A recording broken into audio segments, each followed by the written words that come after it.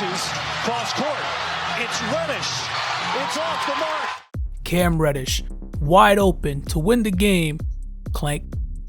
Is it time to come off the Cam Reddish bandwagon? Funny enough, Lakers fans aren't the delusional ones about Cam Reddish, as all the other fan bases of the teams he's played for have been, and you could say the larger NBA biosphere as a whole. The credence that's been appointed to Cam Reddish's ascension has proven erroneous. Reddish has not produced at all for the amount of hype he's garnered. They want Max Christie to eat up his minutes, which feels more like a stab at Reddish's letdown rather than a compliment to Christie's aptitude.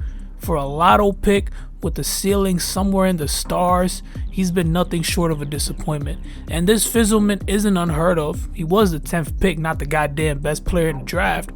Jared Culver went 4 picks ahead of him, and you don't know who that is. But Jared Culver was a 3-star recruit coming out of high school. Cam Reddish was the 3rd best player in the nation, holding bronze to RJ Barrett and Zion Williamson. He's been one of the best players in the world up until he got to the NBA. Quentin Grimes was the 8th ranked player on this list, and he's entering his 3rd year in the league. Anthony Simons, the guy right below him, is entering his 6th year in the NBA. One's regarded as an up-and-coming young guy, and the other is now a full-fledged professional with nearly 300 games under his belt. Funny how their careers played out in massively varying trajectories. And looking at this class, the same could be said for a majority of them. Cam Reddish holding the most volatile trajectory amongst his peers.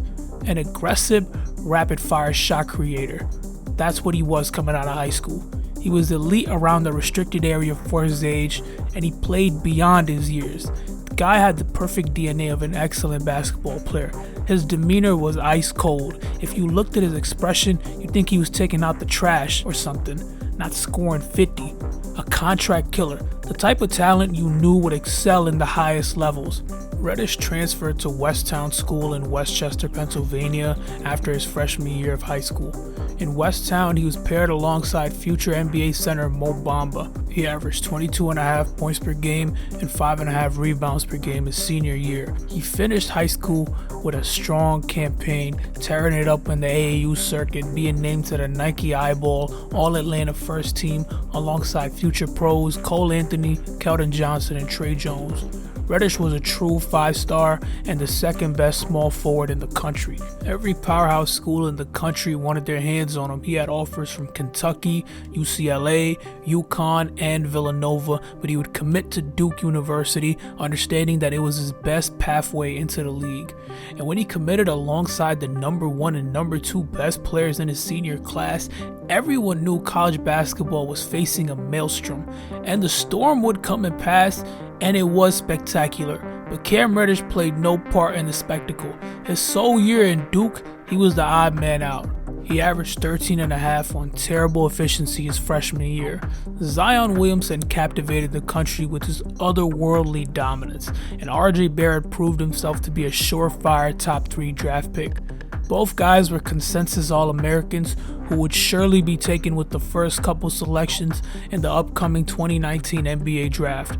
And that's exactly what transpired, as Zion Williamson went 1st overall to the New Orleans Pelicans and RJ Barrett went 3rd overall to the New York Knicks. Cam Reddish's poor play in college left much to be desired, so his draft stock wasn't as secure as his fellow Blue Devils. But Reddish wouldn't wait too long before his name was called, as the Atlanta Hawks took a gamble selecting him 10th overall. The Hawks picked an unstable prospect in hopes he would unravel his immense talents that lay dormant. There was still plenty of hope reserved for Reddish, as most believed his skill set was inaccurately applied at Duke, and some really believed that if Zion didn't pan out, he would be the best player in his draft. And that logic made sense. He was playing 3rd option to the 2 best prospects in the country. he had to shift his game to conform to Williamson and Barrett. This was the third best high school player in the nation, a player who'd controlled the Rockets' entire basketball life up until that point. That's a tough transition to make, which is why, in hindsight, his decision to play at Duke alongside Zion and RJ might have stunted his growth. If Reddish committed to any other program, he might have blossomed in his one-and-done year. A team who would place him front and center and build their roster to accommodate his play. In his 2.5 years in Atlanta, Cam Reddish showed no signs of development, much to the organization and the fan base's disappointment. His shooting splits were undesirable, to say the least. He showed virtually no improvement in any category. His time in Atlanta was notable for very few things. One play, a 720 airball layup, which if he had made would look cool as hell, and he had a respectable performance in the 2021 playoffs against the Milwaukee Bucks. This series in particular reignited some optimism concerning Reddish's talents, cause he looked good out there and it made you wonder. Reddish would blaze here and there. He'd have games where he looked like a top 10 prospect. He'd have games with 20, 30 points and up to 2 to 4 steals, but they were scattered far and few, and that production couldn't supplement his poor play in all the other games. Excellence is an art won by training and habituation. We are what we repeatedly do. Excellence then is not an act, but a habit.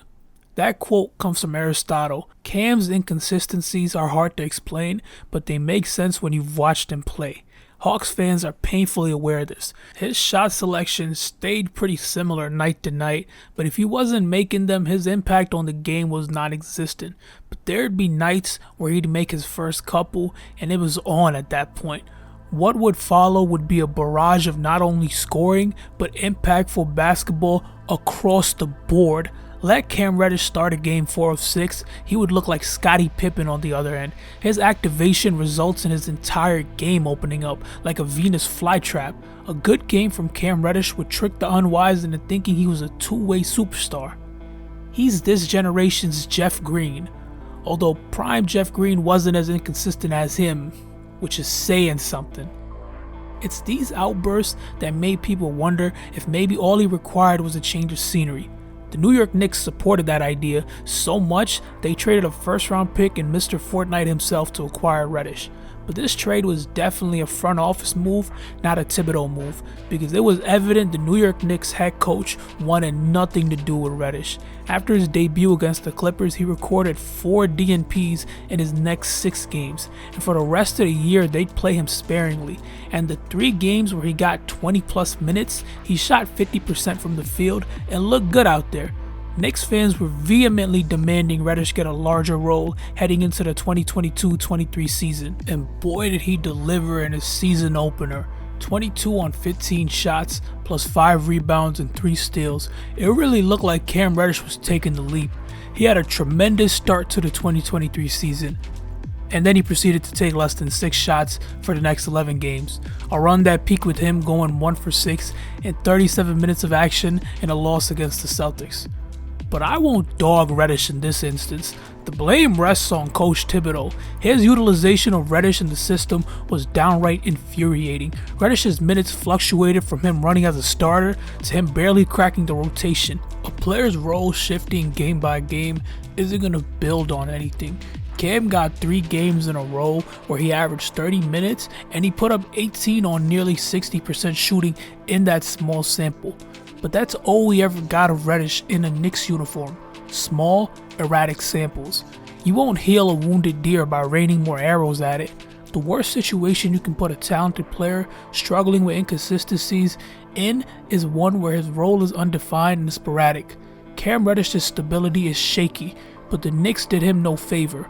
And when he was traded to the Blazers, he certainly looked more confident, but a player can't adapt to a team's scheme right after he gets there. And now with the Los Angeles Lakers, Reddish finds himself in a new city, in a new situation, playing a new role, with all of the lights of Hollywood shining down on him. It makes no sense how a guy who is arguably the second most talented player in his draft class can't even give you 10 points on a night-to-night basis.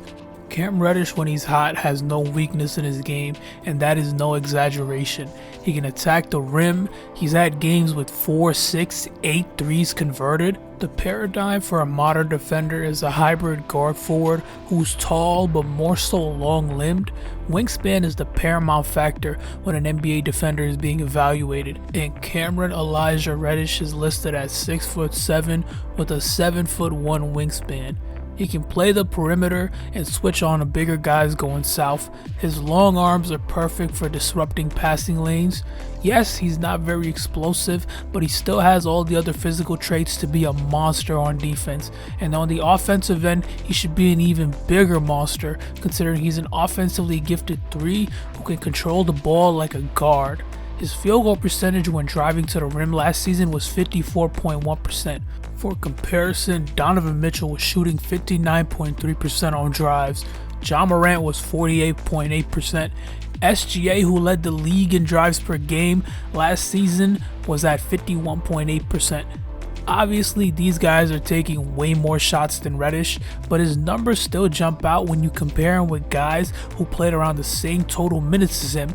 I mean, he had more drive points than John Collins, who played 30 more games than him as a starter in Atlanta, funny enough. This video is gonna end on a hopeful note. Cam Reddish is not a lost cause by any means. He has more than ample time to come into his own as a 24-year-old with nothing but upside. The Lakers were smart to acquire him because the loss they'll face if he doesn't pan out is minimal. We haven't even reached the quarter mark of the season. Have some faith in Cam Reddish. He's shown that on any given night, even if it's 20 games from now, he'll morph into a superstar like we all thought he would. Thanks for watching.